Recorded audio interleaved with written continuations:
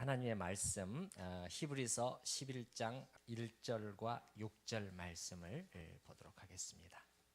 1절 먼저 읽고 그 다음에 6절 읽습니다. 1절 믿음은 바라는 것들의 같이 읽습니다.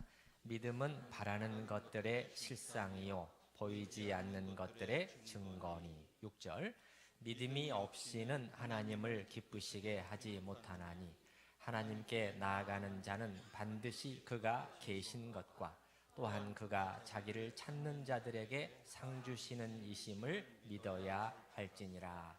아멘. 나이가 점점 들어간다는 것은 어떤 의미에서는 주님 앞에 설 날이 이제 점점 가까워 온다는 것인데, 나중에 주님 앞에 섰을 때 주님께서 이렇게 이 땅에서의 삶에 대해서 이렇게 물어보신다면 이렇게 생각하면서 몇 가지를 손가락으로 꼽아봤습니다. 이것이 전부는 아니겠지만 예를 들어서 이런 질문들. 너는 내가 있는 것처럼 그렇게 믿음으로 살았느냐? 너는 누구를 더 의식하고 살았느냐? 너는 나에게 참으로 영광을 돌리고자 그렇게 살았느냐? 너에게는 내가 닦아줄 눈물이 있느냐? 이런 질문들을 생각을 해봤습니다. 꼭 하나님께서 이런 식으로 따져 물어오신다기보다는 사실은 우리가 스스로에게 묻게 되겠죠. 이 땅에서의 삶에서 진정으로 중요한 것은 무엇이었겠구나 하는 생각을 하게 되지 않을까 하면서 그것을 하나님의 입을 빌어서 제가 한번 4가지를 생각을 해본 것이죠. 그래서 하나씩 우리 성도님들과 함께 그 의미를 좀 생각해 보도록 하겠습니다. 첫 번째는 너는 내가 있는 것처럼 그렇게 믿음으로 살았느냐? 이렇게 물어보신다면 내가 있는 것처럼 조금 사실 이상한 질문이죠. 그런데 사실 우리는 하나님이 계신 것처럼 살 수도 있고 하나님이 안 계신 것처럼 살 수도 있어요. 조직신학 신론을 강의하다 보면 하나님의 존재에 대해서 다룰 때 유신론과 무신론을 다루게 되는데 무신론에도 2가지가 있다 이렇게 설명이 되어 있습니다. 하나는 이론적 무신론이요 또 하나는 실천적 무신론이라고 부릅니다. 이론적 무신론이라는 것은 아예 이론 자체에서 하나님의 존재를 거부해 버립니다. 하나님이란 존재는 있을 수가 없다. 그것이 이론적 무신론이라면, 실천적 무신론이라는 것은 하나님의 존재는 인정하지만 실제 삶 속에서는 하나님이 안 계신 것처럼 살아가는 것을 실천적 무신론이라고 하는데, 사실 우리 진정으로 거듭난 하나님의 자녀들을 실천적 무신론자라고 부르기는 어렵죠. 그러나 다만 우리에게도 약간 그런 측면이 있는 것이 또한 사실이라는 거예요. 우리는 분명히 하나님이 계신 것을 믿고 살지만 실제로 많은 경우 또 많은 하나님의 자녀들이 하나님이 계신 것과 안 계신 것과 별 차이가 없이 살아가는 경향이 있다는 것입니다. 하나님께서는 우리에게 그것이 아니라 정말 하나님이 살아 계신 것처럼 그렇게 믿음으로 이 땅에서의 삶의 족적을 살아갔는가, 남겼는가, 이제 그것을 물으실 수 있다는 저의 그 질문을 해본 것이죠. 히브리서 11장 6절 말씀, 우리가 잘 아는 말씀입니다만은 믿음이 없이는 기쁘시게 못한다. 하나님이 굉장히 기뻐하시는 것이 하나님의 자녀들이 믿음으로 행하는 것인데, 거기에 내용에 대해서 하나님께 나아가는 자들은 반드시 그가 계신 것과 하나님이 정말 살아계신 것과 또한 그가 자기를 찾는 자들, 하나님을 찾고 의지하는 자들에게 상 주시는 이심을, 결코 실망시키지 않으시는 신실하신 선하고 의로우신 하나님이신 것을 믿어야 할지니라. 이렇게 하나님께서는 가르치고 계신다는 것이죠. 사실 우리가 질문할 수도 있는 것은 하나님께 나아가는 자들인데 하나님께서 계신 것을 안 믿겠어요? 이런 질문을 할 수도 있겠죠. 근데 여기서는 그렇게 말하고 있단 말이에요. 하나님께 나아가면 나아가는데 반드시 그가 계신 것과 이러신 분이심을 믿어야 한다. 이것은 지금 쉽지가 않다는 얘기를 어떻게 보면은 암시하고 있는 것이에요. 히브리서 11장 믿음장이라고 불리우는 이 장에서 이것을 탁 던져놓고 시작한단 말이죠. 이 믿음이 하나님이 계시구나, 의롭고 진실하고 선하신 나의 아버지 하나님이 정말 살아계신다는 믿음으로 이 세상에 매일매일을 살아가는 것이 쉽지만은 않은데, 특별히 평상시에는 문제가 안 되지만 어려움을 겪게 되었을 때, 삶에 큰 시련이 다가왔을 때, 바람이 불게 되었을 때는 이 믿음을 유지한다는 것이 상당히 어려워요. 상당히 어렵습니다. 제랄드 시처 목사님이라는 분이 하나님의 뜻이라는 자기의 삶에서 겪은 커다란 아픔을 겪은 후에 이 통찰력 있는 책을 내놓았는데, 그분은 어느 날 하루 사이에 갑자기 교통사고로 사랑하는 아내와 딸과 그리고 어머니를 한꺼번에 잃게 되었고, 세 자녀와 함께 남겨지게 되었어요. 그것도 바로 그 사고가 나기 전에 그날 그의 아내 사모님은 성가대에 다녀와서 하나님은 얼마나 선하신 분인가에 대해서 흥분해서 참 나누었고, 부부가 같이 하나님께 영광을 돌렸는데, 그리고 나서 하나님께서 그 아내를 데려가셨단 말이죠. 그래서 이러한 일을 겪은 다음에 하나님의 뜻을 고민하다가 깊고 통찰력 있는 이러한 책을 써내게 되었고, 수많은 사람들의 마음속에 위로와 소망과 그 다음에 하나님의 뜻을 찾을 수 있는 좋은 지침서가 되게 되었는데, 이런 충격적인 일이 일어나게 되었을 때 사실 우리는 흔들릴 수도 있고 질문이 떠오를 수 있고 의심이 될 수도 있겠죠. 정말 하나님이 살아계시는가?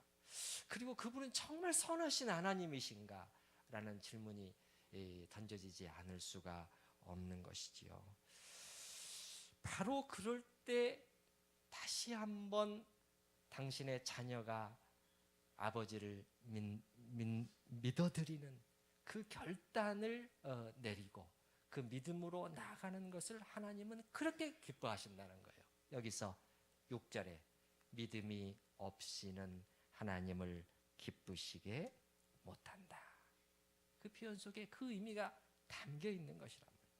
그냥 이론적인 동의만이 아니라는 거예요. 여러분이 그 밑에 7절부터 끝절까지 믿음의 사람들, 자, 이 사람들이 이렇게 산 사람들이다, 이렇게 살아서 하나님을 기쁘시게 한 사람들이다 나열하고 있는데, 하나같이 보면은 그 속에서 정말 하나님을 붙들기가 쉽지 않은 그런 상황 속에서 그들은 다시 한번 믿음의 손을 내밀어 하나님을 붙들었고 믿어드렸고 그렇게 나아가 봤고, 거기에 대해서 하나님은 기쁨으로 응답을 하셨다, 이렇게 말씀하고 있는 것이지요.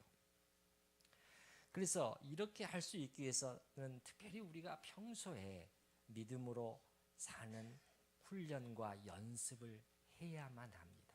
하나님이 계신 것처럼 매일매일의 삶을 살아내는 연습이 되어 있어야 어떤 그 중요한 시련의 순간이 왔을 때도 다시 한번 붙들 수가 있어요. 그렇지 않으면 매우 힘들거나 아니면은 정말 믿음의 뿌리가 송두리째 뽑혀져 버려요. 저는 사랑하는 자식의 죽음 앞에서 의연하게 믿음의 본을 보이는 한 권사님의 모습을 아주 가까이서 본 적이 있었고, 저뿐만 아니라 수많은 그 신학생들, 목사인 신학생들이 큰 도전을 받은 적이 오래전에 있었어요. 제가 미국에서 신학 공부를 할 때 가까이서 이렇게 지내던 한 젊은 신학생이었죠. 저보다 연배가 많이 어린 이제 유학생이었는데, 시카고에서 아주 폭설이 내린 날 그 밤늦게 돌아오다가 이 교통사고로 그 주님의 부르심을 받았어요. 저는 그 폭설과 폭설 속에서 고속도로를 운전하는 것이 특히 미국에서 그런지 모르지만 그렇게 무서운 상황인지는 몰랐어요. 그 밤에 소식을 듣고 저희들이 그 병원으로 1시간 이상을 달려서 다시 그 고속도로를 가는데요. 미국에서는 대형 트레일러들이 고속도로에 굉장히 많거든요. 근데 이렇게 한 번씩 지나갈 때마다 눈바람이 확 치면서 거의 1초 정도는 시야가 완전히 차단되더라고요. 그런 일이 계속 반복이 되니까 얼마나 조심스러웠는지 모르겠어요. 어찌됐든 이제 그분이 그렇게 그 주님의 부르심을 받게 되었는데, 문제는 그 가족들에게 어떻게 이 사실을 알려야 하느냐 하는 고민이 우리 공동체에 있었어요. 근데 마침 한 분이 이 한국에 방문 중이었단 말이죠. 그것도 세상을 떠난 이분과 아주 가까운 분이 한국에 가 있었어요. 그분이 이제 왜 가 있었는데, 마침 이제 가 있는 기간 중에 자기 어머니의 생신날이 있었단 말이에요. 그 전날인가 그랬단 말이에요. 그래서 부탁을 한 거죠. 내가 못 가니까 자네가 가서 어머니 이렇게 땅콩을 좀 까드리면서 이렇게 그 좀 인사를 대신 드려달라고. 그래서 그 전날 그 한국에 와 있던 그 친구분이 이렇게 이제 어머니를 찾아뵙고, 동대문에서 옷가게 하는 권사님이었는데 그 아들이 하나님께 바로 드려지기를 위해서 아주 독실한 신자인데 늘 기도하시던 분이었고, 또 물질적으로 좀 뒷바라지를 아끼지 않았고, 정말 그 아들이야말로 자기의 소망의 전부이다시피 했던 그런 분이었어요. 그래서 이제 그 어머니의 생신에 그렇게 했는데, 그 다음 날 이런 사건이 일어났단 말이죠. 그래서 그걸 당신이 얘기해야 된다. 나는 못합니다. 나는 그 얘기를 내가 어떻게 하라는 것입니까? 어제 내가 그렇게 했는데 오늘 내가 그 소식을 난 못한다. 그래도 전할 사람이 없는 거예요. 전화로 하겠습니까? 당신이 해야 됩니다. 당신이 해야 됩니다. 그래서 이분이 알겠습니다 라고 해서 갔는데도 가게를 이렇게 갔다가 다시 나오고, 몇 번 시장을 돌고 또 돌다가 결국에는 들어가서 어머님, 아드님에게 큰 사고가 일어난 것 같습니다. 차마 그 얘기는 못하고 큰 사고가 일어났습니다. 그러니까 그분이 무슨 짐작을 하셨는지 이 가게 문을 닫고 조용히 가족들과 함께 집으로 들어가셨는데, 그리고 나서 어떻게 하셨느냐 물어봤더니 혼자 방으로 들어가서 한참 동안을 기도하고 나오시더군요. 기도하고 나오시더군요. 저한테는 그게 아주 의미 깊게 들리더라고요. 그 순간에 정말 얼마나 무너져 내리는 순간이잖아요. 무너져 내리는 순간에 다시 그 하나님을 인정하고 하나님이 살아계심을 인정하지 않는 사람이 어떻게 그렇게 할 수가 있겠어요. 실제로 뭐 어떤 분은, 어떤 또 그 신학생은 그런 얘기도 하더라고요. 자기 친구 중에 한 명이 신학생인데 어머니인가 아버님인가 돌아가셨는데 막 울면서 우리 엄마 왜 데려갔어? 막 그렇게 우는 것을 자기가 보고 조금 마음이 그랬다, 뭐 그런 말도 들은 적이 있었는데, 쉽지가 않죠. 신학생이고 목회자라고 해도. 근데 하나님 앞에 기도하고 나왔다. 다시 한번 하나님을 찾았다는 것이죠. 찾았다는 것이죠. 여기 히브리서 11장 6절에 또한 그가 자기를 찾는 자들에게 상 주시는 이심을 믿어야 할지니라. 장례식이 그 이후에 미국에서 열려서 그 어머님과 가족들이 와서 함께 장례식을 치르는데, 오히려 그분이 충격에 빠진 우리들을 위로하고 격려해 주시는 것을 봤어요. 어떻게 저렇게 하실 수가 있을까? 참, 모두들 감동보다 더 큰 도전을 받았어요. 사실 제가 한번 살며시 조용히 여쭤봤어요. 어떻게 그렇게 하실 수가 있었습니까? 그 권사님이 대답이 지금도 기억이 나는데 이렇게 말씀하시더군요. 기독자는 믿은 대로 살아야 하지 않겠습니까? 그 말 한마디뿐이었어요. 그 이상도 이하도 더 이상 덧붙임도 없었어요. 기독자라는 표현 참 오래간만에 듣는 표현이었어요. 예수 믿는 자, 크리스찬이라는 뜻이죠. 기독자는 믿은 대로 살아야 하지 않겠습니까? 나는 하나님이 계시고 그분이 어떤 하나님이신가를 지금까지 믿고 그렇게 동행하며 이제 그 속에 그런 의미가 담겨 있는 거죠. 살아왔고 내가 이해할 수 없지만 하나님께서 하나님의 때 내 사랑하는 아들을 데려가신 것 외에 내가 무엇을 더 생각할 수 있겠습니까? 그 의미가 그 한마디 속에 담겨 있는 거예요. 믿은 대로 살아야 하지 않겠습니까? 기독자라면. 이게 하나님이 계신 것을 믿는 믿음이죠. 이것이에요.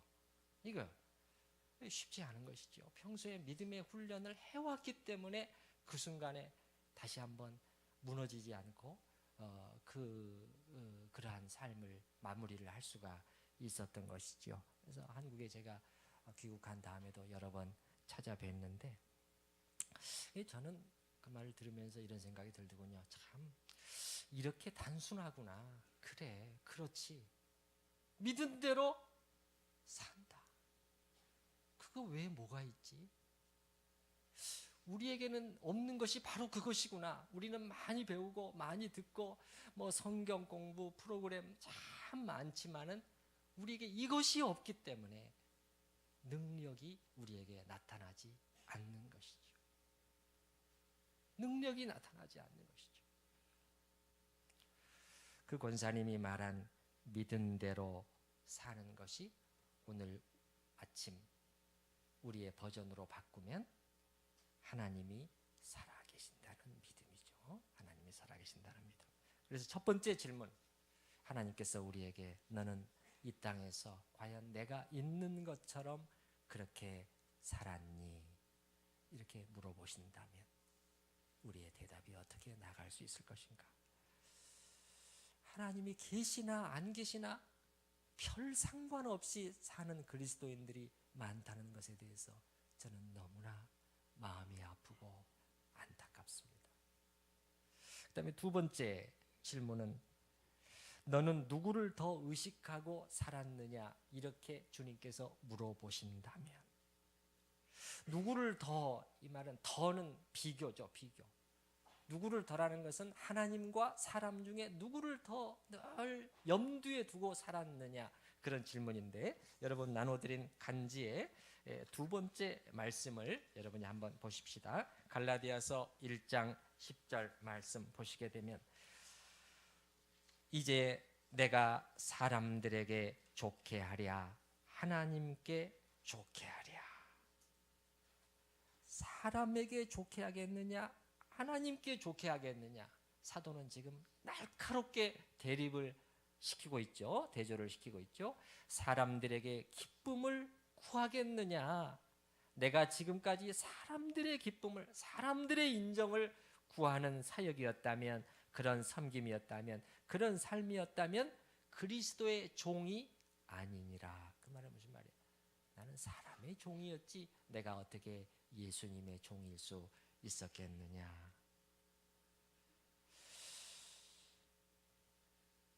한동안 우리나라의 한 기독교 방송에서 자주 들려왔던 구호 중에 하나가 뭐였냐면 하나님을 기쁘시게 사람을 기쁘게 였습니다. 혹시 여러분 기억하시나요? 네네. 여러분은 들으시면서 어떤 생각이 들었는지 모르겠지만 그것은 정확하게 갈라디아서 1장 10절과 사실은 관련된 구호예요. 그런데 그것을 살짝 틀어버린 것이죠. 그 속에서 나름대로 어떤 선한 의도가 있었을지는 모르지만은 이렇게 하는 것은 너무나 조심스러운 일이고 사실은 매우 위험한 발상이라고 하지 않을 수가 없어요. 이렇게 하는 것은 괜찮죠. 어떻게? 하나님을 기쁘시게 사람을 복되게, 혹은 하나님께 기쁨을 사람에게 생명을, 이런 괜찮죠. 근데 이런 구호는 지금 사실은 갈라디아서 1장을 틀어버린 것이란 말이에요. 사도는 두 가지를 날카롭게 성경은 대조시키고 있는데 이것을 싹 믹스시켜 버리려고 하는 거예요. 이것이 현대 복음주의, 보수 복음주의에서 일어나고 있는 타협이란 말이에요. 이게 타협이란 말이에요. 배교죠. 사실은 은밀한 배교가 계속해서 교회 안에서 진행되어 오고 있는 것이죠. 하나님께서는 사도 바울이 이것을 늘 염두에 두었던 것처럼 우리에게 그렇게 물으실 수 있지 않을까요? 너는 누구를 더 의식하고 살았느냐? 이 말은 다른 말로 하면 너는 누구에게 점수를 더 따려고 그렇게 살았니? 이렇게 물어볼 수가 있겠죠. 사람 앞에서가 아니라 하나님 앞에서, 사람의 칭찬과 영광이 아니라 하나님의 칭찬을 정말 구하면서 그것을 늘 염두에 두면서 살았느냐? 이런 질문이 되겠죠. 어떤 목사님이 목회를 상당히 하신 분인데 목회를 해나가면서 자기가 보니까는 교인들 전부는 아닐지 모르지만 상당히 많은 수는 자기가 잘하면은 교회 생활 열심히 얼마든지 하게 할 수 있었다는 거예요. 예. 그래서 어떻게 하면 돼요? 한 일주일 내지 열흘 정도만 기간만 주면 충분하다는 거예요. 어떻게 하느냐? 사람들 앞에서 칭찬하고 하늘같이 띄워주고 하면은 된다는 거예요. 예, 이분이 이렇게 헌금을 많이 하셨습니다. 이렇게 하나님께 상을 많이 받으실 분입니다. 참으로 훌륭한 신자입니다. 우리 교회의 기둥 같은 분입니다. 이렇게 잘 칭찬해주고 해주고 하면은 열심히 한다는 거예요. 그렇게 하지 못하게 하려면은 열흘까지 갈 필요도 없대요. 하루면 된답니다. 그럼 어떻게 하면 하루면 되느냐? 아무리 열심히 하고 잘해도 전혀 칭찬을 안 해주고 아주 쌀쌀맞게 대하고 그리고 한두 번 서운하게만 해주면 교회고 신앙이고 다 그만두려고 할 신자들이 많다는 거예요.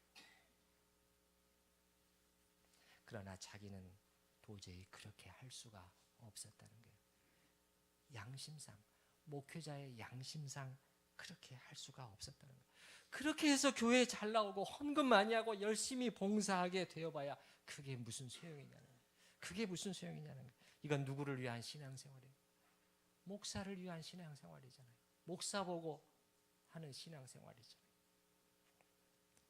여러분, 우리 주님의 말씀을 기억하고 계실 거예요. 선을 많이 행한 후에 사람들에게 칭찬을 많이 받는 것이 좋다고 하셨습니까? 아니면은 칭찬을 안 받는 것이 좋다고 하셨습니까? 확실하셔요? 네네, 그렇죠. 우리 세 번째 말씀을 한번 보시면 명확하게 나와 있죠. 마태복음 6장 1절에 보시게 되면 같이 한번 읽어볼까요? 1절만요. 사람에게 보이려고 그들 앞에서 너희 의를 행하지 않도록 주의하라. 그리하지 아니하면 하늘에 계신 너희 아버지께 상을 받지 못하느니라. 상을 받지 못한다는 것은 사람에게 칭찬을 받아버리면 사실은 상을 이미 받은 것이기 때문에 하나님께서 주실 상이 사실은 없다는 말씀이잖아요. 말씀이에요. 주님이 거짓말 하실까요? 주님이 거짓말 하실까요? 2절 맨 뒤에도 보면은 진실로 너희에게 이르노니 그들은 자기 상을 이미 받았느니라.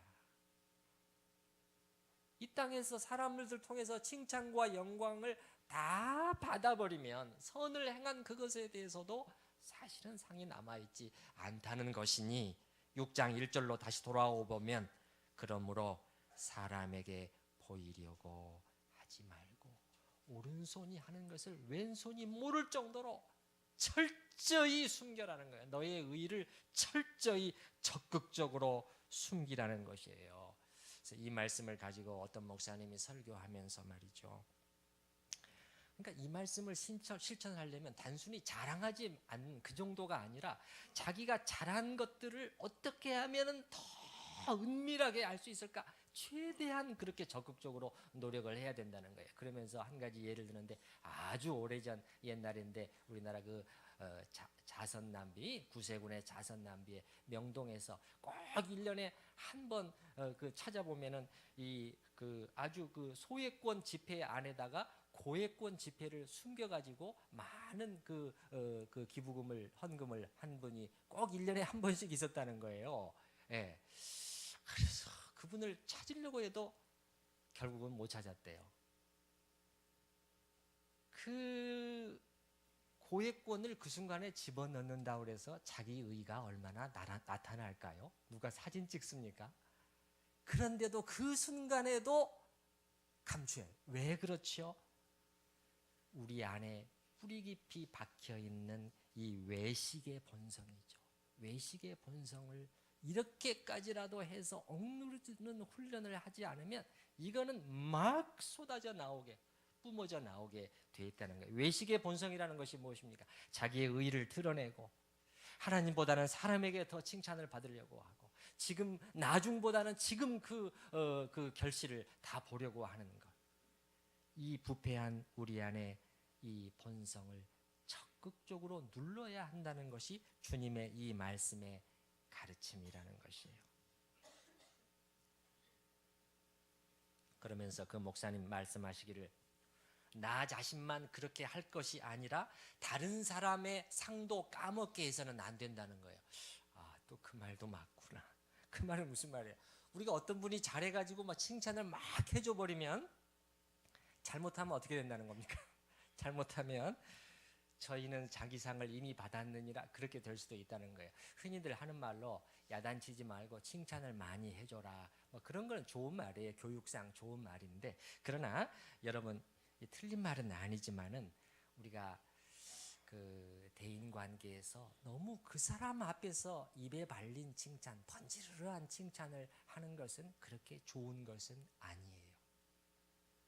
그렇게 너무 하지 마시고 오히려 칭찬해 주시려면은 언제? 그분 없는 데서 칭찬을 하는 것이 더 낫습니다. 저는 이러한 주님의 말씀을 목회에도 적용할 수 있다고 생각이 되는 것이죠. 헌금 관련해서도 마찬가지잖아요. 될 수 있으면 알리지 않는 것이 좋고 어느 분이 정말 말할 수 없는 헌신을 하는 분들이 계시지만은 그거 될 수 있으면 안 알려지도록 해야 그분의 상이 더 많은 거예요. 그분의 상이 더 많은 거예요. 그리고 저는 어떤 큰 교회를 보는데 그냥 예배 도중에 얼마나 그냥 어떤 개인들을 사진까지 올려가면서 막 칭찬하고 그런 걸 보면서 아, 저건 아닌데. 또 교회들이 목회의 방식이 많이 그런 식으로 흘러가고 있어요. 이 부패한 이 외식의 본성을 오히려 눌러주도록 목회를 해야 되는데 그걸 더 이렇게 자꾸 자극시킨단 말이에요. 예, 예를 들면은 뭐 그 상을 주고 말이죠. 전도상을 주고 이분이 전도를 이렇게 많이 했습니다. 또 막 그냥 어느 교회는 최고상은 차 한 대도 준다는 얘기도 들었습니다만은 네네 전도 이렇게 많이 하면은 차 한 대도 주고 그래서 그냥 차를 하나 딱 세워놓는 거죠. 이렇게 여러분 전도 많이 하시면 이렇게 받을 수 있습니다. 이거는 뭐죠? 참 인위적으로 충성 경쟁을 유도하는 거잖아요. 부패한 우리 외식의 본성을 눌러줘야 되는데 근데 사실 또 이렇게 하면은 많이 돼요. 성도들이 거기에 또 따라간단 말이에요. 너무 안타까운 것이죠. 그래서 두 번째 질문은 뭐냐면 너는 누구를 더 의식하고 살았느냐? 여러분은 누구를 더 의식하면서 신앙생활 하고 계신가요? 사람보다는 하나님을 더 의식하고 사람을 두려워하기보다는 하나님을 더 경외함으로 이 땅의 매일의 삶을 살아가는 우리 성도님들이 되시기를 바랍니다. 세 번째는 하나님께서 너는 나에게 참으로 영광을 돌리고자 그렇게 살았느냐 이렇게 물어보신다면 우리 네 번째 말씀을 한번 보십시다. 네 번째 시편 115편 1절 말씀 같이 읽어보십시다. 여호와여 영광을 우리에게 돌리지 마옵소서. 우리에게 돌리지 마옵소서. 오직 주의 인자하심과 진실하심을 인하여 주의 이름에 돌리소서. 이 시편의 시인이 깨달은 것은 두 가지였던 것 같아요. 하나는 영광과 존귀는 하나님 외에는 아무도 받으면 안 된다는 거예요. 여기 뒤에 뒷문장을 보셔요. 오직이라는 단어를 쓰고 있어요. 주님의 인자하심과 진실하심을 인하여. 영어로는 아니죠. 원어로는 2인칭이에요.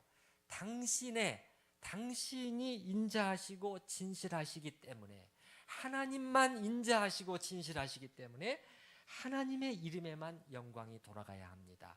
이것이 한 가지 깨달음이고, 두 번째 깨달음은 앞부분 보셔요.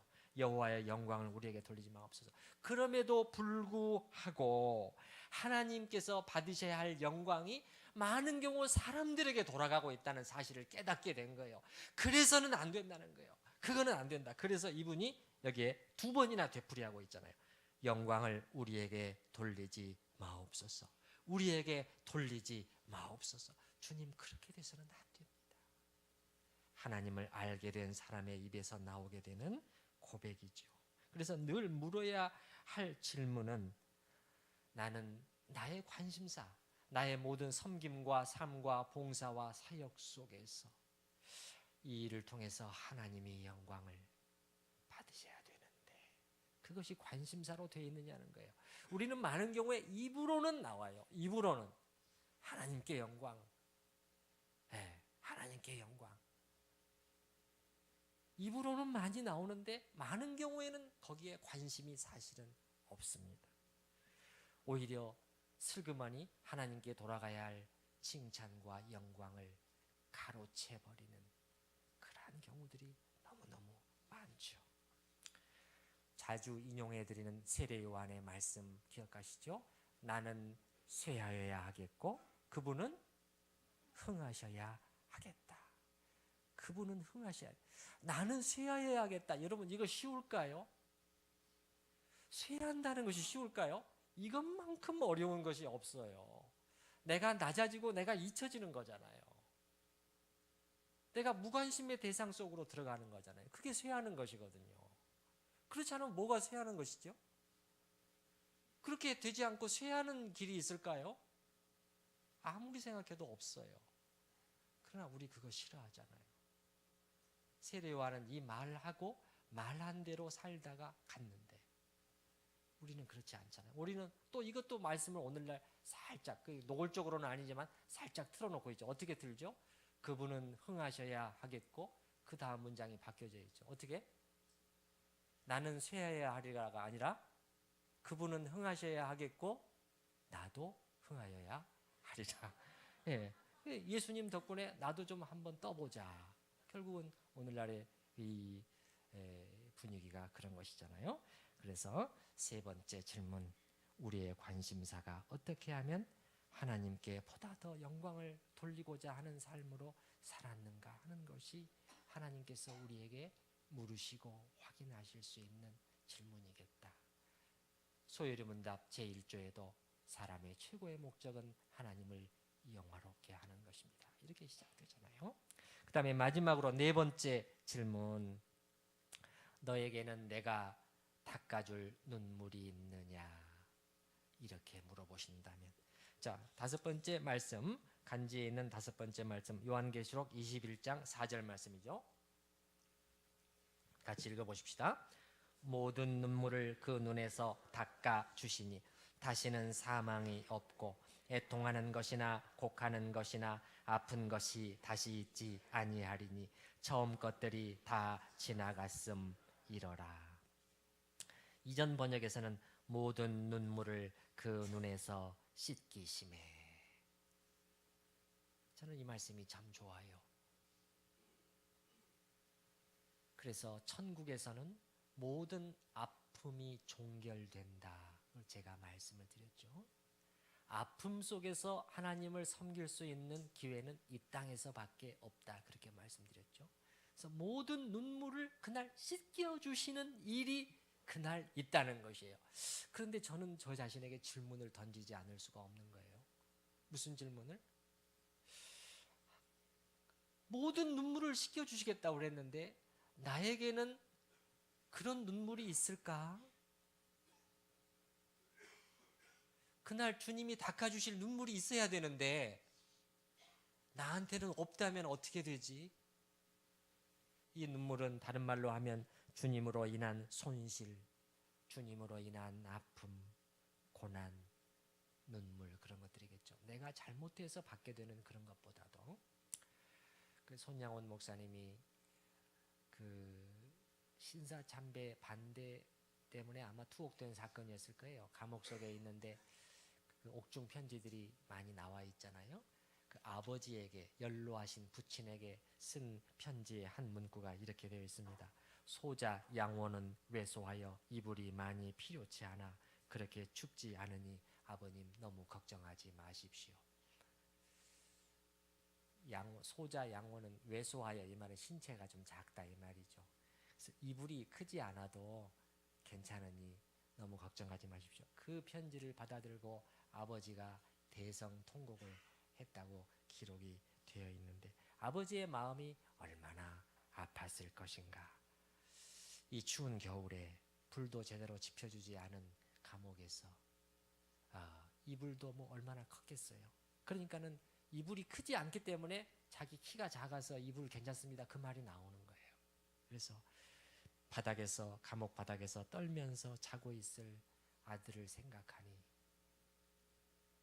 대성통곡이 나오는 것이지요. 하나님께서는 그런 눈물을 닦아주신다는 것이지요. 아버지의 눈물을 닦아주시고 아버지를 생각하면서 아들이 흘린 눈물을 또 닦아주신다는 것이지요. 어떤 목사님이 상당히 영향력 있고 많은 책도 쓰고 한 그런 분이 자기도 하나님 앞에 이제 자기의 목회를 정리해 나가면서 나중에 하나님께서 나에게 물어보실 질문이 있다면 그날 무엇을 물어보실까? 그분은 이 생각이 났다는 거예요. 얘야, 너의 몸에는 나의 흔적이 있니? 이렇게 물어보신다면, 나의 흔적이라는 것은 예수님의 흔적이죠. 예수님의 흔적이라는 것은 십자가의 흔적이요, 예수 죽음의 흔적인 것이죠. 실제적으로 우리가 죽는다는 것이 아니라 예수님과 복음을 위해 자신을 부인하는, 매일같이 죽어지는 그 흔적이 너에게, 그 십자가의 흔적이 있느냐, 그것을 물어보신다면 왜 그분이 그런 생각이 떠올랐을까요? 왜냐하면 성경에서 그렇게 우리한테 살라고 계속 권하니까. 어떻게 살라고? 날마다 예수 죽음을 내 몸에 짊어지고 살라는 것이 성경의 가르침이에요. 예수 죽음을, 우리는 죽음은 싫어해요. 사는 걸 좋아하죠. 사는 게 좋아요. 생명이 좋고. 근데 성경의 가르침은 그렇지 않아요. 여러분, 그 간지의 6번째 말씀을 한번 보십시다. 고린도후서 4장 10절 말씀 보시면, 우리가 이 10절 말씀 한번 같이 읽어보십시다. 우리가 항상 예수의 죽음을 몸에 짊어짐은 예수의 생명이 또한 우리 몸에 나타나게 하려 함이라. 예수의 죽음을 몸에 짊어진다는 게 그거잖아요. 예수 흔적이죠, 매일. 근데 이것이 항상이라고 되어 있단 말이에요. 그 말은 무슨 말이냐? 그저께 한번 대단한 헌신과 결단을 해서 했다고 끝나는 게 아니라는 거예요. 이 죽음은 매일같이 죽어지는 자기 부인의 삶이라는 거예요. 이렇게 하면 그 다음에 보셔요. 죽음으로 끝나지 않는다는 거예요. 그 다음에 보면 어떻게 나옵니까? 예수의 생명이 우리 몸에 나타나게 하려 함이라. 11절도 똑같잖아요. 우리 살아있는 자가 항상 예수를 위하여 죽음에 넘겨짐은, 항상 넘겨진다는 거예요. 매일같이 이 일을 살아야 된다는 거예요. 그렇게 되는 것은 예수의 생명이 또한 우리 죽을 육체에 나타나게 하려 함이라. 죽을 때마다 나타난다는 거예요. 죽어야 산다는 원리가 그 원리인 것이지요. 우리 한국교회가 이것을 안 한 거예요. 1차적으로는 목사님들의 책임이 저는 50% 이상 있다고 보고요. 2차적으로는 성도들, 교인들도 마찬가지인데 죽기 싫다는 거예요. 살아야 되겠다는 것이에요. 더 잘 살아야 되겠다. 더 떵떵거리면서 살아야 되겠다. 그렇게 살아오다 보니까 우리들에게 예수 흔적은 다 없어져 버렸어요. 예수 흔적이 다 없어져 버렸어요. 그런데 어떻게 우리 교회를 통해서 예수의 생명이 나타나겠느냐 말이에요. 안 나타난다니까요. 성경의 원리는 너무나 분명해요. 그래서 이제 그 목사님 말씀이 자기의 마지막을 생각을 하면서 목회를 정리하면서, 우리는 많은 것들을 주님께 대답할 것을 가지고 갈지 모르겠다는 거예요. 주님, 제가 이렇게 교회를 개척해서 이렇게 큰 교회로 이렇게 부응하게 했습니다. 제가 이렇게 집회를 많이 다니면서 복음을 전했습니다. 비행기를 타고 다니면서 전 세계에 하나님의 복음을 전했습니다. 이렇게 제가 유익한 책을 많이 이렇게 써가지고 많은 분들에게 은혜를 끼쳤습니다. 자기는 그렇게 주님께 말씀드릴 걸 준비해 가고 갈 것도 같은데 자기가 가만히 생각해 보니까 주님께서는 고개를 흔드시면서 이렇게 물어보실 것 같다는 거예요. 그게 아니고 너에게 나의 흔적이 있니? 난 그것을 보기를 원해. 그렇게 물어보실 것 같다는 거예요. 그 흔적이라는 것은 방금 읽은 계시록 말씀 5번째 말씀에서는 주님께서 닦아줄 눈물이 되는 것이죠. 사실은 꼭 크고 거창한 일이 아니어도 우리가 예를 들어서 관계 속에서 어려움이 생겼어요. 시원하게 화풀이를 해줘버리고 싶지만은 또 참고 또 참고 그 속에서 눈물이 흐르는 것이죠. 하나님께 나아가서 하나님께 부르짖고 그것도 눈물이죠. 주님께서 닦아주실 중요한 눈물이죠. 중요한 눈물이죠. 많은 그리스도인들이 이거 싫어하잖아요. 시원하게 내 쏘아주고 말겠다. 그렇게 되잖아요. 이 눈물을 거부하는 것이죠. 닦아줄 눈물이 없는 것이죠. 또 하나님께서 그분의 주권 가운데 나에게 허락하신 고통스러운 처지와 환경을 견디어 나가는 것도 중요한 눈물이죠. 많은 성도들이 그런 가운데 있다는 것을 저는 알고 있어요. 그분들의 상황을 들을 때마다 마음이 미어지죠. 또 저렇게 견디어 내시는구나. 눈물이죠, 눈물. 여러분, 제가 이렇게 말씀드리고 나서 만약에 여러분의 마음속에 목사님 생각해 보니까 저에게는 정말 닦아주실 눈물이 있네요. 그렇게 생각이 드시는 분들 감사하시기 바랍니다. 감사한 일이에요. 감사한 일입니다. 많을수록 그런 것들이 더 많을수록 더 복된 삶이에요. 우리 주님도 성경에 보게 되면 심한 통곡과 눈물로 사셨다. 죄가 관영한 이 세상에 사시면서 어찌 눈물 없이 사실 수가 있었겠어요. 그리고 애통하는 자가 복이 있다. 웃는 자가 복이 있는 것이 아니라 애통해하고 우는 자가 복이 있다. 그렇게 말씀하셨잖아요.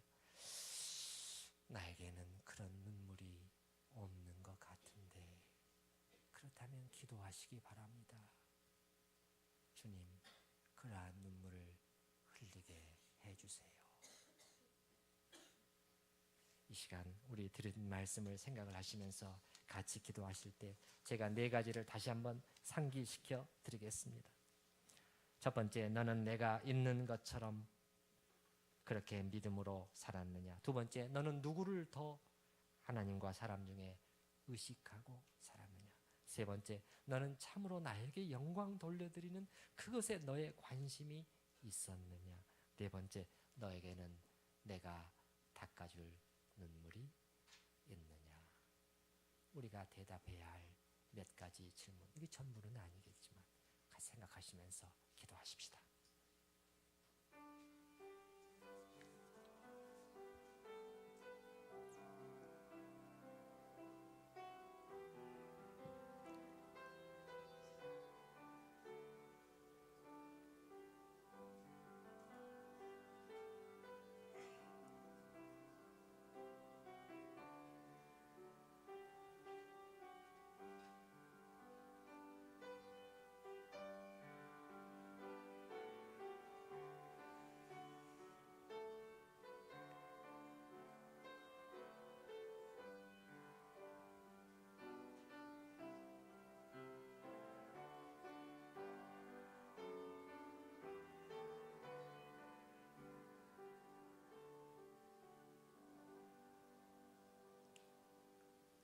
하나님 아버지, 혼란스럽게 하고 하나님의 말씀을 비틀어 버리는 일들이 많은 세대 속에 우리가 살고 있습니다.